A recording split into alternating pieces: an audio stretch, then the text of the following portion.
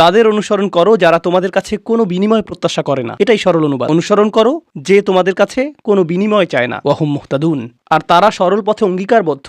মুসলিমরা কোরআনের যে ধারণাগুলোকে ভুল বুঝেছে এটি তারই। কোরআন বলেছে যে তারা কোনো বিনিময় প্রত্যাশা করেনি। ভাই, আপনার প্রোগ্রামের জন্য কেন ফি নির্ধারণ করেছেন? না না, এটা জানার বিষয়। কোরআন আরো বলেছে ইয়াশতারুনা বিআয়াতিল্লাহি সামানান কলিলান, তারা আল্লাহর আয়াত বিক্রি করে সামান্য মূল্যের জন্য। নিজের জন্য আপনার লজ্জিত হওয়া উচিত। আল্লাহর আয়াত বিক্রি করা গোটা কোরআনের সবচেয়ে ভুল বোঝা ধারণাগুলোর একটি। বিষয়টা খুলে বলছি। রাসূল সাল্লাল্লাহু আলাইহি সাল্লাম মুসাব ইবনে উমাইরকে মদিনায় প্রেরণ করেছিলেন। জানেন আপনারা, মুসাব ইবনে উমাইর ছিলেন অত্যন্ত প্রতিভাবান তরুণ, যাকে মদিনায় প্রেরণ করা হয়েছিল কোরআন শিক্ষা দেওয়ার জন্য। তিনি ছিলেন অত্যন্ত ধনী পরিবারের সন্তান, কিন্তু তার পরিবার তাকে ত্যায্য করেছিল। এরপর তার পরিধানের বস্ত্রও ছিল না। বদরের যুদ্ধে তিনি শহীদ হলেন। কাফনের কাপড় দিয়ে যখন তার পা আবৃত করা হলো, মাথা উন্মুক্ত হয়ে গেল। আবার যখন মাথা আবৃত করার চেষ্টা করা হলো, পা উন্মুক্ত হয়ে গেল। রাসূল সাল্লাল্লাহু আলাইহি সাল্লাম তাকে মদিনায় প্রেরণ করলেন কি শিক্ষা দেওয়ার জন্য? কোরআন। সকালের নাস্তার জন্য তিনি কি খাবেন? সূরা বাকারা। দুপুরে কি খাবেন? রাতে কি খাবেন? রাসূল সাল্লাল্লাহু আলাইহি সাল্লাম তার জন্য বেতনের ব্যবস্থা করেছিলেন, যাতে তিনি তার কাজ করতে পারেন। কোরআন শিক্ষাদানের জন্য তাকে অর্থ প্রদান করা হয়েছিল। তারা আল্লাহর আয়াতকে বিক্রি করে, এই কথার অর্থ কি জানেন? এর মানে কি? এর মানে হলো আয়াতগুলোর নির্দিষ্ট অর্থ রয়েছে, কিন্তু মানুষ তা শুনতে চায় না। তো আপনি অর্থ পরিবর্তন করে দিলেন, আর মানুষ যা শুনতে চায় আপনি তাই বললেন, যার ফলে তারা আপনার প্রতি রাগান্বিত হবে না। আপনি মানুষকে এমন জবাব প্রদান করেন যা শুনে তারা ভালো বোধ করবে, আর তারা যা শুনতে ভালো বোধ করবে না সেগুলো আপনি এড়িয়ে গেলেন। এভাবেই তারা আপনাকে পছন্দ করতে থাকে, আর আপনি নিজের জনপ্রিয়তা ধরে রাখেন। এটাই সামান্য মূল্যে আয়াত বিক্রি করা। সামান্য মূল্য বলতে এখানে মানুষের সন্তুষ্টিকে বোঝানো হচ্ছে, বুঝতে পারছেন? এখানে আয়াতটি হলো তার অনুসরণ করো যে তোমাদের কাছে কোনো বিনিময় চায় না। এমন কাউকে অনুসরণ করো যে তোমার কাছে কোনো বিনিময় চায় না। আসুন এটা বুঝি। এটা সকল নবীদের একটা মূলনীতি। প্রত্যেক নবী এমন জাতির মাঝে এসেছেন যেখানে গুরুতর কোনো সমস্যা ছিল, আর যখন একটি জাতির গুরুতর কোনো সমস্যা থাকে, মূলত একটি জাতির ভারসাম্যপূর্ণ থাকা চাই। কিন্তু যখন তারা কোনো অপরাধ সংঘটিত করে, তখন তারা ভারসাম্য হারাতে থাকে, আর ভারসাম্যহীনতা খারাপ হতেই থাকে, হতেই থাকে, হতেই থাকে। এটা এমন অবস্থায় পৌঁছে যখন গোটা জাতিটা ভেঙে ছিন্ন ভিন্ন হওয়ার উপক্রম হয়। আর রাসূলের কাজ হলো তাদেরকে সেই ভারসাম্যহীনতা থেকে টেনে তোলা এবং আবারও সঠিক অবস্থানে নিয়ে আসা, বুঝতে পারছেন? কিন্তু যখন একটি ভারসাম্যহীনতা জনপ্রিয় হয়ে যায়, সকলে এটা করতে থাকে, সকলেই এতে অভ্যস্ত হয়ে যায়, আর এটা উদযাপনের বিষয়ে পরিণত হয়, এটাই ফ্যাশনে পরিণত হয়, তখন এটার বিরুদ্ধে বলা কি সহজ? না। উদাহরণস্বরূপ, এখনকার সময়ে সমকামিতার বিরুদ্ধে বলাটা বেশ কঠিন হয়ে গিয়েছে, তাই না? লূত আলাইহিস সালাম কি এমন সময়ে বসবাস করেছেন যখন এটা জনপ্রিয় ছিল? হ্যাঁ। তাকে কি এর বিরুদ্ধে কথা বলতে হয়েছিল? হ্যাঁ। তিনি কি এর জন্য বিরোধিতার সম্মুখীন হয়েছিলেন? হ্যাঁ। বিষয়টা কোরআনে আসার পেছনে কারণ রয়েছে। আপনি যদি এর বিরুদ্ধে বলেন, মানুষ আপনার দিকে তেড়ে আসবে। লূত আলাইহিস সালামের কথা কোরআনে এজন্যই এসেছে। যখন আপনি এমন বিষয় নিয়ে কথা বলেন যাতে গোটা সমাজ আচ্ছন্ন থাকে, তারা এই বিষয়টির প্রশংসা করে, আর আপনি এর বিরুদ্ধে কথা বলেন, তখন তারা আপনার দিকে তেড়ে আসবে। এখন যদি আপনি অর্থ উপার্জন অব্যাহত রাখতে চান, অথবা যদি আপনি সেই সমাজে বসবাস অব্যাহত রাখতে চান, আপনি যদি নিরাপদ অবস্থানে থাকতে চান, তখন আপনি কোন বিষয়গুলো এড়িয়ে যাবেন? সেই বিষয়গুলো যা নিয়ে তারা আচ্ছন্ন। আপনি অন্য কোনো বিষয় নিয়ে কথা বলবেন। লূত আলাইহিস সালাম শুধু পিতামাতার প্রতি সৎ ব্যবহার নিয়ে কথা বলতে পারতেন। তিনি শুধু কথা বলতে পারতেন প্রতিবেশীর সাথে উত্তম আচরণ নিয়ে। তিনি শুধু নামাজ নিয়ে কথা বলতে পারতেন। যৌন পাপের বিষয়গুলো তিনি এড়িয়ে যেতে পারতেন, কারণ এগুলো ছিল অতি বিতর্কিত, তাই না? তিনি যদি এটা করতেন, তাহলে কি তিনি ঝামেলায় পড়তেন? না, কোনো ঝামেলা হতো না। আর প্রসঙ্গক্রমে তিনি কিন্তু এখনো ভালো কাজ নিয়েই কথা বলছেন। পিতামাতার প্রতি সদাচরণ একটি ভালো কাজ, নামাজ পড়া একটি ভালো কাজ, দানশীলতা একটি ভালো কাজ। তো কেন তাকে এমন বিষয়বস্তু বেছে নিতে হলো যা তাকে ঝামেলায় ফেলবে? আসলে এটাই একজন রাসূলের কাজ। তারা এসেছেন এই বিষয়গুলো নিয়ে কথা বলার জন্য, যা নিয়ে অন্য কেউ বলার সাহস করবে না। আর আল্লাহর পক্ষ থেকে তারা রায় দিবেন। ওয়াল কুরআনিল হাকিম, তারা আল্লাহর পক্ষ থেকে রায় দিবেন, আর এটা বারবার বারবার বারবার বারবার দিবেন। সেই সমাজের মূল্যবোধকে আক্রমণ করবেন, আর বারবার বারবার আক্রমণ করবেন। কিন্তু এক্ষেত্রে তারা পরোয়া করেননি, কারণ এই পাপ কাজগুলোর বিরুদ্ধে কথা বলতেই হবে। আর নিশ্চিতভাবেই যখন কেউ এটা করেন, কোনো বিনিময়েই তারা আগ্রহী থাকেন না, কারণ বিনিময় থেকে বঞ্চিত হওয়ার জন্য এই কাজগুলোই যথেষ্ট। মাল্লা ইয়াসআলুকুম আজরান, তাদেরকে অনুসরণ করো যাদের কোনো স্বার্থ নেই, কারণ এটা জনপ্রিয় হওয়ার পথ না, এটা ধ্বংসপ্রাপ্ত হওয়ার পথ। ওয়াহুম মুহতাদুন, তারা তাদের ব্যক্তিগত জীবনে সুপথ প্রাপ্ত, সৎ পথের প্রতি অঙ্গীকারবদ্ধ। এখন বিষয়টি বুঝুন, সৎ পথের প্রতি অঙ্গীকারবদ্ধ। রাসূলগণ ছিলেন বক্তা, কিন্তু বক্তা আর কারা আছেন? আপনারা কি সমাজের অন্য বক্তাদের কথা বলতে পারেন? স্কলাররা। ইসলামী পরিবেশের বাইরের কথা বলছি। রাজনীতিবিদরা হলেন বক্তা, তাই না? ঠিক আছে। তো রাসূলগণ আপনাকে রীতিনীতি নিয়ে বলেন, সমাজ পরিবর্তন নিয়ে বলেন, তাই না? রাজনীতিবিদরাও কি কখনো কখনো সমাজ পরিবর্তন নিয়ে কথা বলেন? অবশ্যই। কিন্তু যখন রাজনীতিবিদরা সমাজ পরিবর্তনের কথা বলে, আমরা দেশের উন্নতি করতে চাই, আমরা জাতির উন্নতি করতে করতে চাই, আমরা এটাকে শক্তিশালী করতে চাই, ইত্যাদি ইত্যাদি ইত্যাদি। তারপর আপনি যখন তাদের ব্যক্তিগত জীবন পর্যবেক্ষণ করেন, আপনি কি পান? আপনি পান দুর্নীতি। তো তাদের কথাগুলো অনেক উঁচু মানের, কিন্তু তাদের চরিত্র অনেক নিচু। আর প্রসঙ্গক্রমে আপনি দেখেন যে তারা উঁচু মানের জিনিসগুলো নিয়ে কথা বলে এজন্য যে তারা ক্ষমতা চায়, তারা মন্ত্রী হতে চায়, তারা বিনিময় চায়, তারা কোনো কিছুর প্রতি লালায়িত। যখন নবীরা কথা বলেন, তারা কি চান? তারা শুধু চান ন্যায় বিচার, তারা শুধু চান সত্য, আপনার কাছ থেকে কোনো বিনিময় চান না। আর উপরন্তু আপনি যদি নবীদের ব্যক্তিগত জীবনের দিকে লক্ষ্য করেন, তারা সর্বদাই সঠিক পথের প্রতি অঙ্গীকারবদ্ধ ছিলেন। ওয়াহুম মুহতাদুন। তো বাণীটি নিখুঁত এবং বাণী বাহকও নির্ভেজাল। এই ধারণাটি কি আগেও শেখানো হয়েছিল? হ্যাঁ, ইন্নাকা লামিনাল মুরসালিন আলা সিরাতিম মুস্তাকিম। আরেকবার পুনরালোচনা। কোরআন এরকমটাই করে, আয়াতগুলো পরস্পর সম্পর্কযুক্ত।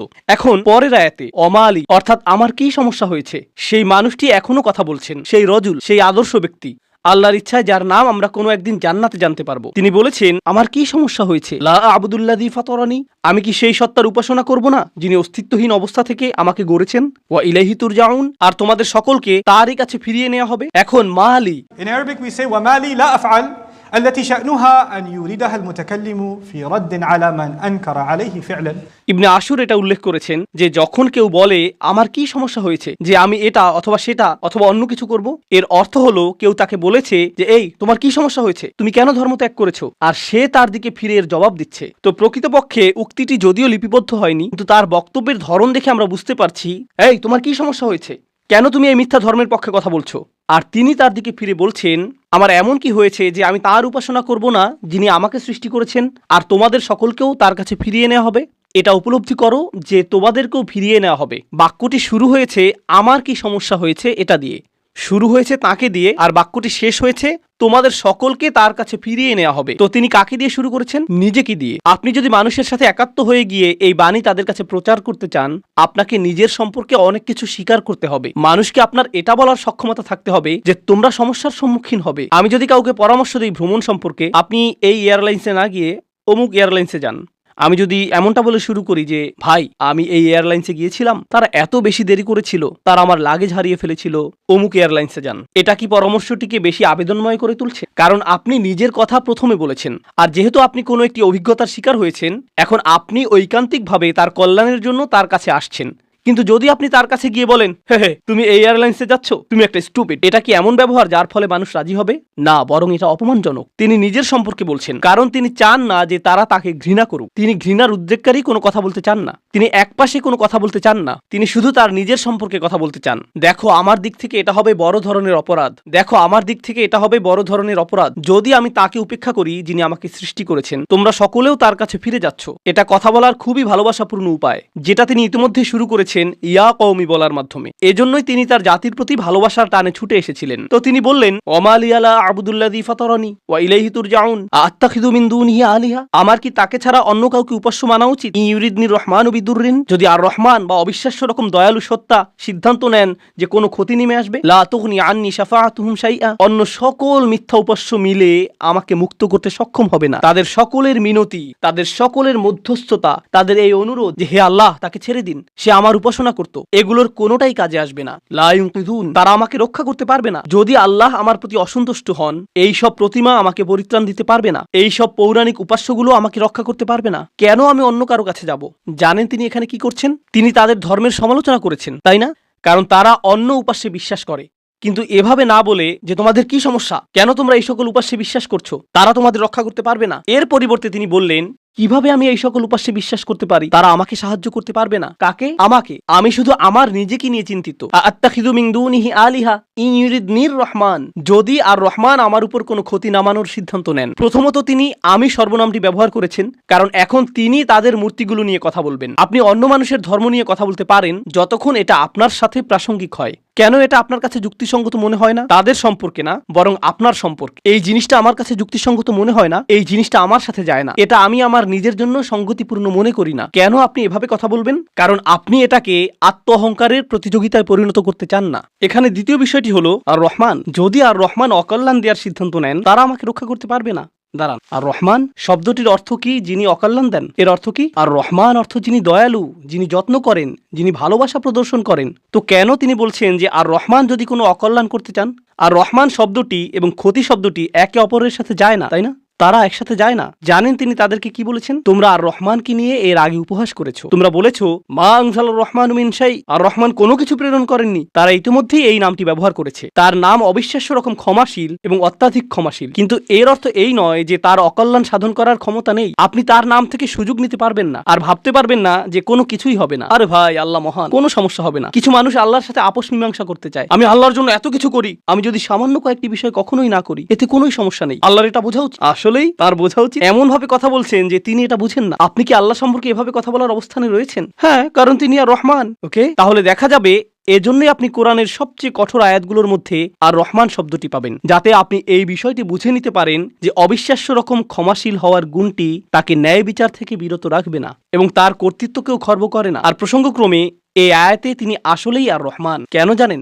কারণ আল্লাহর একজন বান্দা, প্রত্যেক মানুষই আল্লাহর বান্দা, সে স্বীকার করুক আর নাই করুক। যখন আল্লাহর একজন বান্দা পাপের উৎসে পরিণত হয় তখন সে হয় এই পৃথিবীতে ক্যান্সারের মতো যে পাপ কাজ ছড়াতে থাকে, আর তখন আল্লাহ অন্য সকল সৃষ্টির প্রতি রহমা প্রদর্শন করেন তাকে সরিয়ে ফেলার মাধ্যমে। এটাও আর রহমান নামের অন্তর্ভুক্ত। কখনো তার দয়া প্রদর্শিত হয় অন্য সকল সৃষ্টির প্রতি যখন তিনি তাদেরকে রক্ষা করেন আপনার কাছ থেকে। ইন ইউরিদনির রহমানু বিদুররিন লা তুগনি আন্নি শাফাআতুহুম শাইআ। সুবহানাল্লাহ। এখন আমরা তার বক্তব্যের প্রায় শেষে রয়েছি। ইন্নী ইযাল লাফি যালালিম মুবিন। যদি এমনটাই হয়, যদি আমি আল্লাহ ছাড়া অন্য কারো উপাসনা করি, যদি আমি অন্য উপাস্য গ্রহণ করি, তাহলে আমি সুস্পষ্ট বিভ্রান্তিতে পড়ে যাব, আমি সম্পূর্ণরূপে বিভ্রান্ত হয়ে যাব। তিনি বিভ্রান্ত নন, তিনি বলছেন তোমরা সবাই বিভ্রান্ত, কিন্তু তিনি তাদেরকে আঘাত করতে চাইছেন না। তাই তিনি বলছেন আমি অত্যন্ত বিভ্রান্তিতে পড়ে যাব যদি আমি এমনটা করি। ইন্নী আমানতু বিরাব্বিকুম, আমি ঈমান এনেছি তোমাদের প্রভুর প্রতি, তোমাদের প্রতিপালকের প্রতি। তিনি বলেননি যে আমি ঈমান এনেছি আমার প্রভুর প্রতি, আমার প্রভুর প্রতি। তিনি বলেছেন আমি ঈমান এনেছি তোমাদের প্রভুর প্রতি। তিনি আমি থেকে তুমিতে পরিবর্তন করলেন। আমি আপনাদেরকে একটা সমীকরণ দিচ্ছি, আমি যোগ তুমি সমান সমান আমরা, আমি যোগ তুমি সমান কি আমরা। তো তিনি শুরু করেছেন আমি দিয়ে, তিনি যাচ্ছেন তুমিতে, কারণ তিনি এর দ্বারা কি বোঝাচ্ছেন?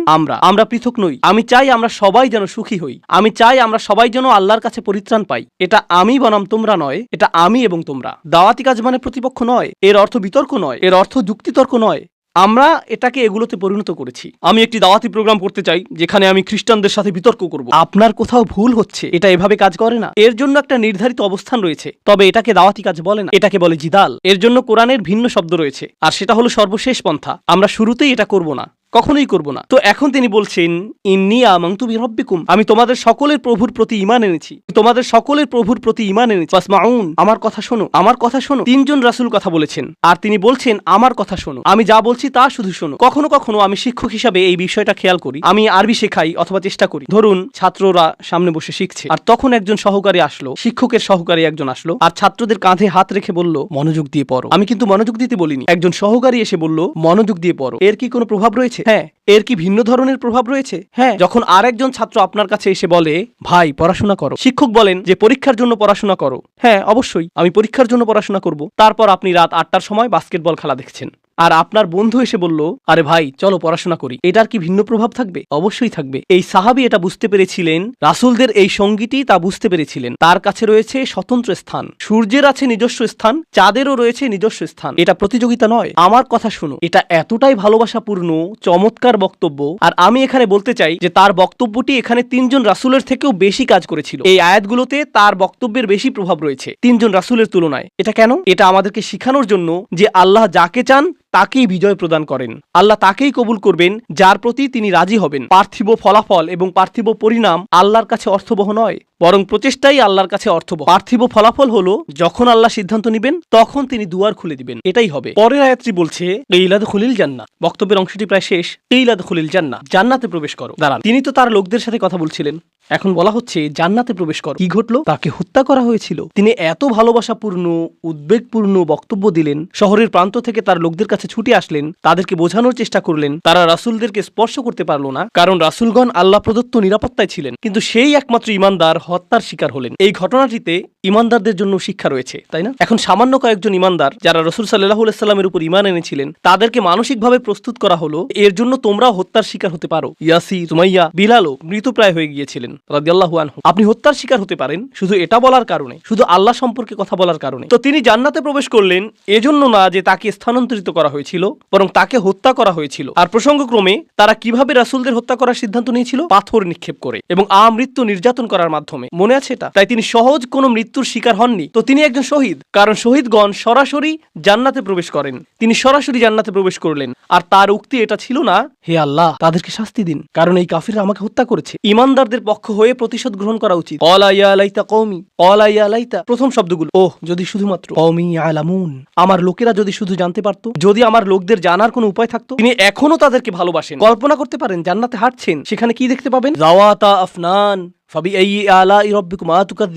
আপনি জান্নাতে গাছ দেখবেন আর তা আপনাকে সম্মোহিত করবে। আপনি ঝর্ণাধারা দেখবেন আর সম্মোহিত হয়ে যাবেন। আপনি ফল দেখতে পাবেন আর প্রথম কামড়ের পর আপনি নিজেকে হারিয়ে ফেলবেন। আপনি আপনার সুন্দরী স্ত্রীদের দেখবেন আর আনন্দে দিশেহারা হয়ে যাবেন। তিনি এই সব কিছু দেখছেন আর তিনি বলছেন না ও, তিনি শুধু বলছেন ও আমার লোকেরা, যদি শুধু তারা জানতে পারত। সুবহানাল্লাহ। তিনি জান্নাতে পৌঁছে গেলেন, তবুও তার লোকদেরকে ভুললেন না। জানেন বিচার দিবসে মানুষ সবকিছু ভুলে যাবে। মা তার সন্তানকে ভুলে যাবে। ইয়াউমা তারাউনাহা তাযহালু কুল্লু মুরদাআতিন আম্মা আরদাআত, সেই দিন প্রত্যেক স্তনদানকারী মা তার সন্তানকে ভুলে যাবে। ইয়াউমা ইয়াফিরুল মারউ মিন আখিহি ওয়া উম্মিহি ওয়া আবিহি ওয়া সাহিবাতিহি ওয়া বানিহি, সেদিন প্রত্যেক মানুষ তার ভাইয়ের কাছ থেকে পালিয়ে বেড়াবে। সূরা মারিজে এসেছে।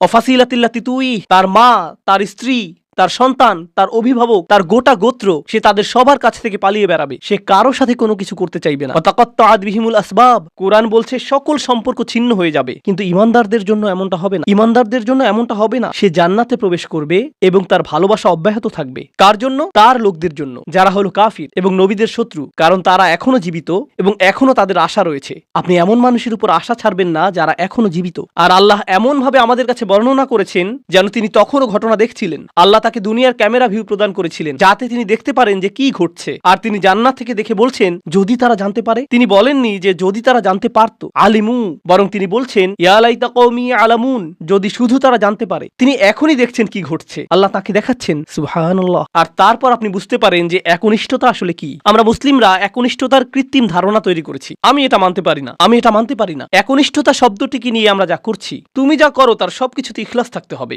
সব সময় তোমার নিয়তকে যাচাই করে চলবে। এখনই যাচাই করুন, কারণ যদি একনিষ্ঠতা না থাকে তাহলে তোমার কোনো কাজেরই মূল্য থাকবে না। আর তোমার একনিষ্ঠতা থাকতে হবে শুধু এবং শুধুমাত্র আল্লাহর জন্য। আমি এর সাথে দ্বিমত পোষণ করব, আমি জানি। এখনই আমাকে হত্যা করতে আসবেন না। রাসূল সাল্লাল্লাহু আলাইহি সাল্লাম একজন মানুষের কথা বলছেন যে অনেক পাপ করেছে, অনেক পাপ। সে নামাজ পড়ে না, কিছুই করে না। একদিন সে হাঁটতে হাঁটতে একটি তৃষ্ণার্ত কুকুর দেখতে পেল। তৃষ্ণায় কুকুরটির জিহ্বা বের হয়ে আছে। আর লোকটি সিদ্ধান্ত নিল যে নিজে পান করার আগে সেই কুকুরটিকে পান করাবে। শীঘ্রই লোকটি মারা গেল আর আল্লাহ তাকে জান্নাত দান করলেন। হ্যাঁ, আসুন ঘটনাটা খেয়াল করি। এই লোকটি, সে কি বিশ্বাসী? আমরা জানি না। সে কি নামাজ পড়ে? না। যখন সে কুকুরটিকে পান করাচ্ছিল সে কি বলেছিল যে দাঁড়াও, আগে নিয়তের ইখলাস এনে নেই, আমি শুধু এটা করছি আপনার জন্য, ইয়া আল্লাহ। কুকুরের এই বের হয়ে থাকা জিহ্বা আমার কাছে মূল্যহীন, আমি শুধু আপনার সন্তুষ্টি কামনা করি, আর তারপর আমি কুকুরটিকে পানি খাওয়াই। তিনি এমনটা করেছিলেন। তিনি শুধুই কুকুরটির জন্য খারাপ বোধ করেছিলেন এবং কুকুরটিকে পানি পান করিয়েছিলেন, তাই না? তো কুকুরটির জন্য তার উদ্বেগের ব্যাপারে তিনি একনিষ্ঠ ছিলেন, তার ইখলাস ছিল, তাই না? এখানে এই ইমানদারটি তার লোকদেরকে ভালোবাসেন, কিন্তু তিনি কি বলেছেন যে এটা যদি আল্লাহর জন্য না হতো তাহলে আমি আমার লোকদের ঘৃণা করতাম। তিনি এজন্য তাদেরকে ভালোবাসেন কারণ তারা তারই লোক, আর এটাই তার লোকদের জন্য একনিষ্ঠতা। ইবাদতের ক্ষেত্রে আল্লাহর প্রতি আপনার একনিষ্ঠতা থাকতে হবে, আপনার পিতামাতার প্রতি আপনার একনিষ্ঠতা থাকতে হবে, শুধু আল্লাহর জন্য না, বরং এজন্য যে তারা আপনার পিতামাতা। আপনার একনিষ্ঠতা থাকতে হবে অন্য মুসলিমদের জন্য, কারণ তারা আপনার মুসলিম ভাই। আপনার একনিষ্ঠতা থাকতে হবে আপনার প্রতিবেশীর জন্য। আপনার একনিষ্ঠতা থাকতে হবে আপনার কাজের প্রতি, আপনার লেখাপড়ার প্রতি। আপনার একনিষ্ঠতা থাকতে হবে আপনার ব্যবসায়ের অংশীদারের প্রতি। এই সব কিছুই একনিষ্ঠতা। আপনি কৃত্রিমভাবে এটা বানাতে পারবেন না। না না, আমি তোমার বন্ধু হতে পারবো না, কারণ এটা আল্লাহর সন্তুষ্টির জন্য না। আমরা শুধু একসাথে বাস্কেটবল খেলবো আর এটা আখিরাতে আমার কোনো কাজে আসবে না। আমি জানি না কে এই অদ্ভুত কথা আপনাকে শিখিয়েছে। যখন আপনি আপনার নিয়ত যাচাই করছেন বাস্কেটবল খেলায় বল ছোড়ার আগে, কারণ এতে কোনো ইখলাস নেই।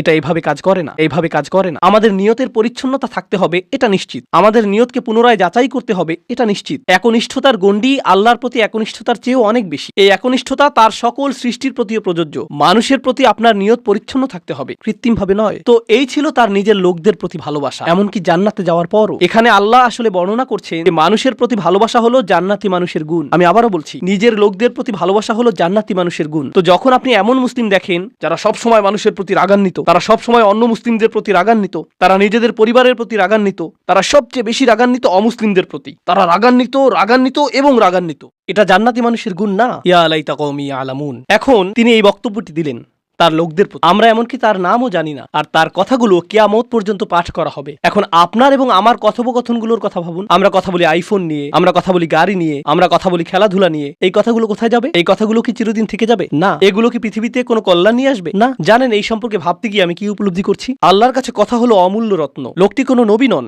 তবুও তার কথা কোরআনে সংরক্ষিত হয়ে আছে। আল্লাহ কি অন্য জিনিসে সংরক্ষিত রাখেন? আকুল্লা শাইইন আহসাইনাহু ফি ইমামিম মুবিন। আল্লাহ বলছেন যে আমি সবকিছুই সংরক্ষণ করে রাখি। তিনি সবকিছুই সংরক্ষণ করে রাখেন। তো কোন জিনিসটি আপনি সংরক্ষণ করে রাখতে চান? ভালো কিছু, কোনো একনিষ্ঠ পরামর্শ? আপনাকে কি ব্যাপক জ্ঞানের অধিকারী হতে হবে ভালো কিছু বলার আগে? এই মানুষটির কি ভালো কথা বলার আগে অনেক অনেক ডিগ্রির প্রয়োজন হয়েছিল? বিষয়টি জটিল নয়, শুধু ভালো মানুষ হন। লক্ষ্য করুন কেমন চমৎকার ভাবে কোরআন সন্নিবেশিত। যখন তিনি জান্নাতে গেলেন আর তিনি বললেন যদি আমার লোকেরা জানতে পারে, পরের আয়াতে তিনি বলছেন বিমা গফর আলী রব্বি ও জাআলানি মিনাল মুকরামিন, সেই ক্ষমা যা আমার প্রভু আমাকে প্রদান করেছেন আর আমাকে তাদের অন্তর্ভুক্ত করেছেন যাদেরকে সম্মানিত করা হয়েছে। তিনি জান্নাতের দুটি জিনিসের কথা বলছেন, ক্ষমা এবং সম্মান। সূরার শুরুতে এসেছে ফাবাশশিরহু বিমাগফিরাতিন ওয়া আজরিন কারীম। সূরার শুরুতে আল্লাহ বলছেন কোন এক স্থানের সেই একাকী ঈমানদারদেরকে অভিনন্দন প্রদান করো যে সে পাবে ক্ষমা এবং সম্মানসূচক প্রতিদান। মনে আছে সেটা? ক্ষমা এবং সম্মানসূচক প্রতিদান। এখন সূরার মাঝখানে এই মানুষটি জান্নাতে পৌঁছে গেলেন এবং বললেন ইয়া আল্লাহ, আপনি আমাকে ক্ষমা প্রদান করেছেন এবং সম্মানিতদের অন্তর্ভুক্ত করেছেন। পুনরালোচনা, নিখুঁত পুনরালোচনা। এটাকে বলা হয় কুরআনের ইহকাম ওয়াল কুরআনিল হাকিম। এই আয়াতগুলো নিয়ে শেষে একটি বিষয় আমি আসলেই ভালোবাসি, তা হলো যখন তিনি তার লোকদের সাথে কথা বলছিলেন তিনি বললেন ইন্নী আমানতু বিরব্বিকুম, আমি ঈমান এনেছি তোমাদের প্রভুর প্রতি, আমি ঈমান এনেছি তোমাদের প্রভুর প্রতি। কিন্তু যখন তিনি জান্নাতে প্রবেশ করলেন তিনি বললেন বিমা গফর লি রব্বি, আমার প্রভু। একই মানুষের কথা। এখন তিনি বলছেন আমার প্রভু। যখন তিনি জান্নাত দেখলেন, যখন তিনি জান্নাতে প্রবেশ করলেন, যখন তিনি ক্ষমা লাভ করলেন, যখন তিনি আল্লাহ প্রদত্ত সম্মানের অধিকারী হলেন। প্রসঙ্গক্রমে কারো দ্বারা সম্মানিত হওয়ার অর্থ কি? কিভাবে আপনি কারো দ্বারা সম্মানিত হতে পারেন বলতে পারেন আমাকে? স্বীকৃতি পাওয়া। হ্যাঁ, কারো স্বীকৃতি পাওয়া। কেউ আপনাকে অভিবাদন জানালো, কেউ আপনার সাথে কর্মর্দন করতে আসলেন, এটা দ্বারা তিনি আপনাকে সম্মানিত করলেন, তাই না? আমি এখনই বলে দিচ্ছি সামনের আয়াতগুলোতে এটা আসবে। সেখানে আল্লাহ বলছেন সালামুন কওলাম মির রব্বির রহিম, এই সূরাতেই। আরো পরে আল্লাহ বলছেন তিনি তোমাদেরকে বলবেন সালাম। তো শুরুতে তিনি বলছেন আমি তোমাদেরকে প্রদান করব সম্মানিত প্রতিদান, সম্মানিত প্রতিদান, সম্মানিত প্রতিদান। সেই সম্মানিত প্রতিদানটি কি? কতটা সম্মানিত এটা হতে পারে?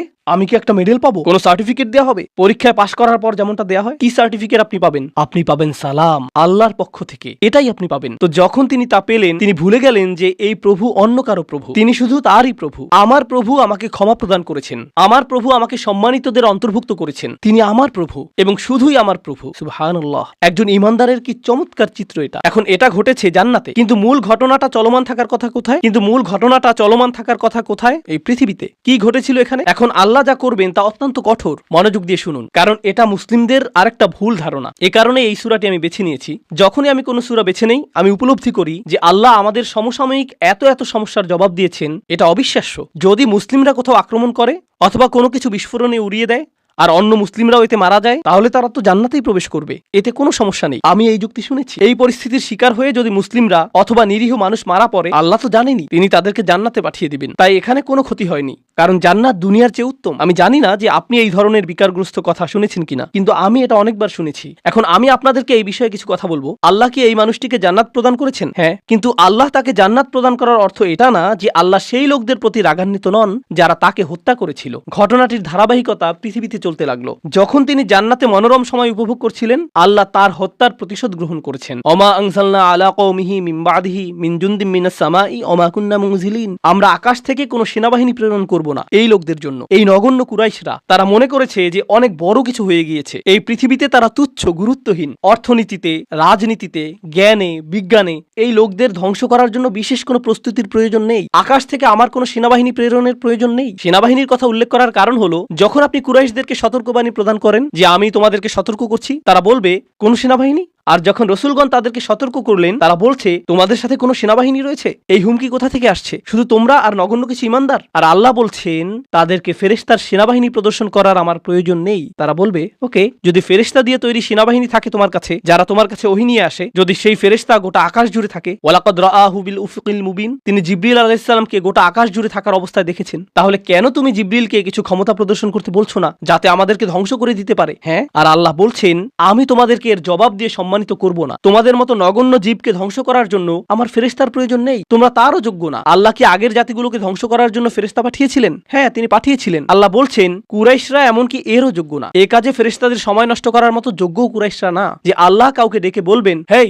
যাও এদেরকে ধ্বংস করো। না না না, সময় নষ্ট করো না। ইন কানাত ইল্লা সাইহাতান ওয়াহিদাতান, এটা একটা বিকট বিস্ফোরক শব্দ ছাড়া আর কিছুই ছিল না। প্রচন্ড একটা শব্দ। আপনারা জানেন বিস্ফোরণ আসলেই প্রকাণ্ড শব্দ তৈরি করে। এটা ছিল শুধু সেই রকম একটা বিস্ফোরক, এটা ছিল সেই রকম একটা বিস্ফোরক শব্দ। ফাইদা হুম খামিদুন, আর তাদেরকে নিভিয়ে দেয়া হলো, তারা সম্পূর্ণরূপে নিভে গেল। সয়হা হলো তীব্র কোনো শব্দ। আর এই আয়াতটিতে চমৎকার সাহিত্যিক বৈপরীত্য ফুটে উঠেছে। কারণ যখন আপনি কোরআনের সুমধুর বাণী শুনতে অস্বীকৃতি জানান, আর যখন এই জাতিগুলো তাদের রাসূলদের চমৎকার কণ্ঠ শুনতে অস্বীকৃতি জানিয়েছিল, তখন একমাত্র যেই শব্দ তারা শোনার যোগ্য তা হলো বিস্ফোরণের শব্দ। আর তারপর আল্লাহ বলছেন ফাইদা হুম খামিদুন, এতে অসাধারণ একটা শব্দ। হুমুদ এবং হুমুদ দুইটি শব্দ রয়েছে আরবিতে। শীতকালে যখন রাতে আগুন জ্বালান আর এভাবে নিভান, এটাকে বলা হয় হুমুদ। আর আপনি যদি তা নিভান আর লালচে হলুদ বা কমলা রঙের সামান্য পরিমাণ কয়লা জ্বলন্ত থেকে যায়, তাকে বলা হয় হুমুদ। কিন্তু যখন আপনি একবারে তা নিভিয়ে ফেলেন, এটা সম্পূর্ণ নিভে যায়, একেবারে নিভে যায়, এমনকি সামান্য কয়লাও জ্বলন্ত থাকে না, এটা সম্পূর্ণ নিভে গেছে, এটাকে বলা হয় এমন আগুন যা হলো খামিদা। খামিদা ফাইদা হুম খামিদুন, তারা সম্পূর্ণ নিশ্চিহ্ন হয়ে গেল। এমন একজনও থাকবে না যে মৃত্যুর পূর্বে মাটিতে গড়াগড়ি দিতে থাকবে, তারা নিঃশেষ হয়ে যাবে সবাই একসাথে, যেভাবে একটি আগুন নিভানো হয়। আর প্রসঙ্গক্রমে তাদের মৃত্যুকে আগুন নিভানোর সাথে তুলনা করার মাধ্যমে তাদেরকে তুলনা করা হয়েছে আগুনের সাথে। আর আপনি যদি তাদেরকে আগুনের সাথে তুলনা করেন, তাহলে এর অর্থ হলো তারা বিপজ্জনক। আপনি যদি আগুনকে জ্বলতে দেন, আগুন কি হবে? ছড়িয়ে পড়বে। তাই অন্য সকল জাতির প্রতি রহমা এবং করুণা স্বরূপ আল্লাহ সিদ্ধান্ত নিলেন যে এই ক্যান্সার, এই আগুনকে নিভিয়ে ফেলতে হবে। ফাইদা হুম খামিদুন। আর এটা ছিল একজন ইমানদারকে হত্যার পরিণাম। তো এখন দ্বিতীয় এই অনুচ্ছেদটির উপসংহারে এসেছে, ইয়া হাসরাতান আলাল ইবাদ মা ইয়াতিকুম মির রাসূলিন ইল্লা কানু বিহি ইস্তাহজিউন। মানুষের জন্য বিষয়টা কতটা পরিতাপের। আল্লাহ নিজে এটাকে পরিতাপের বিষয় হিসেবে বিবেচনা করছেন। তিনি সেই জাতিকে নিশ্চিহ্ন করে দিয়ে বলেননি যে দেখেছো আমি কি করতে পারি, বরং তিনি বলছেন সেটা একটা পরিতাপের বিষয়। আরবিতে হাসরা বলতে বোঝায় It means هي شدة الندم والتألم والتحسر والحزن على ما مضى. এর দ্বারা আসলেই গভীর দুঃখ প্রকাশ বোঝায় অতীতে ঘটে যাওয়া সবকিছুর জন্য। আল্লাহ নিজে এটাকে পরিতাপের বিষয় বলে। কেন তারা উপদেশ গ্রহণ করলো না? আলাল ইবাদ, বান্দাদের জন্য কি সাংঘাতিক পরিতাপের বিষয়। তিনি তাদেরকে বান্দা বলছেন। কেন তিনি বান্দা বললেন? কেন তিনি বললেন না যে ইয়া হাসরাতান আলাল কুফার, কি পরিতাপের বিষয় কুফারদের জন্য, অবিশ্বাসীদের জন্য? তিনি তাদেরকে বান্দা বললেন। জানেন কেন? কারণ মানব সত্তার গভীরে প্রত্যেক মানুষের সম্ভাবনা রয়েছে আল্লাহর বান্দা হওয়ার। এটা কতটা পরিতাপের বিষয়, এটা তোমার ভিতরেই ছিল। এটা অতিরিক্ত কোনো বিষয় নয় যা তোমাকে বাইরে থেকে আনতে হবে। আমি ইতিমধ্যেই তা তোমার ফিতরাতের মধ্যে দিয়ে দিয়েছি। কেন তুমি এটাকে চালু করলে না? তুমি নিজেই অন বাটন চাপতে পারতে। মা ইয়াতিহিম মির রাসূলিন, এমন কোন রাসূল তাদের কাছে আসেনি। ইল্লা কানু বিহি ইস্তাহজিউন, তারা শুধুই যা করেছে তা হলো তাদেরকে উপহাস। যখনই একজন রাসূল এসেছেন, তারা তাকে নিয়ে উপহাস করেছে। এখন এই আয়াতে আল্লাহ বলেননি যে তারা রাসূলদের হত্যা করেছে অথবা তারা রাসূলদের হুমকি দিয়েছে। তিনি বলেছেন যে তারা রাসূলদের নিয়ে উপহাস করেছে। কিন্তু এর আগে আপনারা শিখেছেন তারা বলেছিল যে তারা রাসূলদের হুমকি দিবে, তারা তাদেরকে অভিশাপ হিসেবে গণ্য করবে। মনে আছে সেটা? কিন্তু এখানে যখন পরিতাপের বিষয়টি আসলো, তিনি বলছেন যে এই আযাবের সম্ভাবনার সূচনা হয়েছে তাদেরকে উপহাস থেকে। যখন একটি জাতি রাসূলদের নিয়ে উপহাস করা শুরু করে, তখন থেকে তাদের ধ্বংসের সময় গণনার জন্য ঘড়ির কাঁটা চালু হয়ে যায়। তাদের ধ্বংসের প্রথম ধাপ হলো মূলত কার্টুনে যেরকম ডিনামাইট বোমার ছবি আঁকা থাকে, যেখানে বুঝতে পারছ, যখন তারা রাসূলদের নিয়ে উপহাস করে এটা শুরু হয়ে যায়। এটাই এখানে বলা হয়েছে, রাসূলদের নিয়ে উপহাস করবেন না, কারণ এর অর্থ আপনি নিশ্চিহ্ন হওয়ার জন্য রাস্তা ধরেছেন। এখন যখন আল্লাহ বলছেন কত রাসূল এসেছে কিন্তু তারা ঈমান আনেনি, তারা শুধু উপহাস করেছে। আপনি সূরাটির শুরুতে শিখেছেন ওয়াসাওয়াউন আলাইহিম আনযারতাহুম আম লাম তুনদিরহুম লা ইউমিনুন। ধারণাটি পুনরায় জোরদার হচ্ছে। কি পরিতাপের বিষয়, এত রাসূল এসেছেন কিন্তু মানুষ উপদেশ শুনে না। আলাম ইয়ারাউ কাম আহলাকনা ক্বাবলাহুম মিনাল কুরুন, তারা কি দেখেনি তাদের পূর্বে কত শহর আমরা ধ্বংস করে দিয়েছি, কত জাতি ইতোমধ্যে ধ্বংসপ্রাপ্ত হয়েছে? তারা কি তা দেখে না? তিনি কাকে উদ্দেশ্য করে বলছেন? তিনি রাসূল সাল্লাল্লাহু আলাইহি সাল্লামের সময়ের লোকদের উদ্দেশ্য করে বলছেন এবং বলছেন যে কেন তারা ইতিহাস পর্যবেক্ষণ করে না, কেন তারা দেখে না যে যা রয়েছে তাদের পেছনে। তারা কি দেখেনি? না, তারা দেখেনি, কারণ তাদের পেছনে একটি দেয়াল রয়েছে। তিনি বলেছেন আন্নাহুম ইলাইহিম লা ইয়ারজিউন, তারা তাদের কাছে ফিরে আসবে না। কিছু তাফসীরকারক এই আয়াতটিকে চমৎকারভাবে বিশ্লেষণ করেছেন। চমৎকার একটা বিশ্লেষণ এটা। তারা বলে যে তারা তাদের কাছে ফিরে আসবে না, অর্থ হলো সেই জাতিগুলো যেগুলো ধ্বংস হয়েছে, যেহেতু তারা সম্পূর্ণ নিশ্চিহ্ন হয়ে গিয়েছে আর কেউ রক্ষা পায়নি, তাদের কারোরই সন্তান অথবা বংশ টিকে থাকেনি, তো তোমাদের কেউ বলতে পারবে না যে তোমরা ফিরাউনের বংশধর অথবা লুতের জাতির বংশধর অথবা সালেহ বা শুআইবের জাতির বংশধর, যেহেতু সেই জাতিগুলো সম্পূর্ণ নিশ্চিহ্ন হয়ে গিয়েছিল, তোমরা তাদের কারো কাছে ফিরে যাও না। আপনারা জানেন, মানুষ বলে থাকে যে আমার রক্ত রাসূল সাল্লাল্লাহু আলাইহি ওয়াসাল্লামের বংশে ফিরে যায়। এর অর্থ এই না যে তারা তাদের কাছে ফিরে আসবে না, বরং তোমরা তাদের কাছে ফিরে যাও না, কারণ তাদের ভবিষ্যৎ প্রজন্ম এবং বংশ সম্পূর্ণরূপে নিশ্চিহ্ন হয়ে গিয়েছিল। আন্নাহুম ইলাইহিম লা ইয়ারজিউন। তো তোমরা যখন মনে করো যে তোমাদের ভবিষ্যৎ রয়েছে, তোমরা এত আত্মবিশ্বাসী কেন যে আসলেই তোমাদের ভবিষ্যৎ রয়েছে? আর প্রসঙ্গক্রমে যেহেতু তাদের নামও সম্পূর্ণ মুছে গেছে, হয়তো সেজন্যই আল্লাহ শহরটির নাম উল্লেখ করেননি। এজন্য যদি তিনি তার নাম উল্লেখ করতেনও, কেউ তা চিনতেও পারত না, কারণ এর কোনো অস্তিত্ব এখন নেই। একটা নির্ধারিত সময়ে আল্লাহ তাদেরকে ইতিহাস থেকে মুছে দিয়েছেন। তাদের প্রত্যেক অনুসারী, গোটা জাতিটি বিলুপ্ত হয়ে গিয়েছিল, তাই তাদের নাম উল্লেখ করা অপ্রয়োজনীয়। এখন আল্লাহ বলছেন তারা বিলুপ্ত হয়ে গিয়েছে, যার অর্থ ইতিহাসে তারা বিস্মৃত হয়ে গিয়েছে। তারপর তিনি কুরাইশদের সম্পর্কে বলেছেন যে তোমরা নগণ্য একটা জাত, কিন্তু পরের আয়াতে তিনি এই সব কিছুকে একসাথে সংযুক্ত করেছেন। সম্পূর্ণ এই অনুচ্ছেদটির শেষে তিনি বলছেন, ওয়া ইন কুল্লুল লাম্মা জামিউল লাদাইনা মুহদারুন, তারা তাদের কাছে ফিরে আসবে না। আর যখন তোমরা মারা যাবে, নিজেদের সন্তানদের কাছেও তোমরা ফিরে আসবে না। তোমাদের প্রত্যেকেই, আমি বলে রাখছি যে তোমাদের সকলকে এবং অন্য সকল প্রজন্মের, অন্য সকল জাতির কাফেররা যারা তোমাদের মতো, তাদের সকলকে একত্রিত করা হবে। তবে তাদেরকে একত্রিত করা হবে আমারই সামনে হিসাব প্রদান করার জন্য, হিসাব প্রদান করার জন্য। ইন কুল্লুল লাম্মা জামিউল লাদাইনা মুহদারুন, এটা আসলে আগের আয়াতের সম্পূর্ণ বিপরীত। কিভাবে? শুধু এটুকু অনুধাবন করুন। আগের আয়াতে আল্লাহ বলছেন যে তারা আর ফিরে আসবে না, একবার যখন চলে যাবে তারা চলেই যাবে। এই আয়াতে তিনি বলছেন আসলে তারা ফিরে আসবে না তোমাদের কাছে, কিন্তু তারা ফিরে আসবে আমার কাছে। আর যখন তারা আসবে, তারা এবং বিভিন্ন জাতি থেকে তোমাদের সকল দূরবর্তী আত্মীয়রা, কারণ তোমরা ফেরাউনের অনুসারীদের আত্মীয়, তোমরা লুতের জাতির লোকদেরও আত্মীয়, এবং প্রজন্ম থেকে আসা তোমরা সকল কাফেররা, আমি তোমাদের সকলকে একত্রিত করব, আর তারপর তোমাদের সকলকে আমার সামনে হাজির করা হবে। ওয়া ইন কুল্লুল লাম্মা জামিউল লাদাইনা মুহদারুন, এটাই সেই হুমকি যা এখন প্রদান করা হলো।